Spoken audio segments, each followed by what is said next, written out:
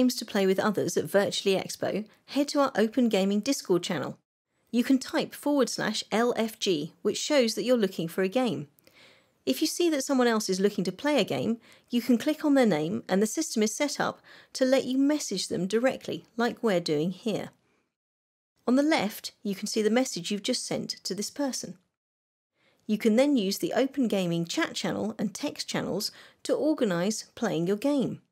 We've gone to the Steel Room, but you can pick any free room you like. If a room is not free, then go to the Help and Support Discord channel and someone will be able to create a room for you and your group in which to chat and play games. When you're in the Open Gaming room, make sure that you say hello in the text channel and ensure that everyone has arrived. You can see people's names appearing in there and on the left. Now you need to send the link to your group in order to play the game online. In this case, we've got it set up on Tabletopia. So we're going to head to the Tabletopia tab. We're going to copy the link URL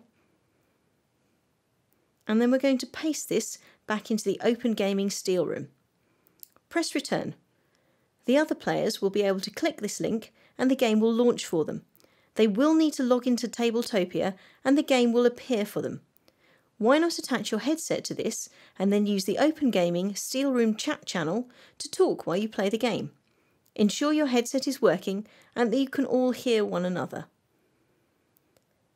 The chat will be working in Discord while you head back to Tabletopia and launch the game. And now you're ready to play.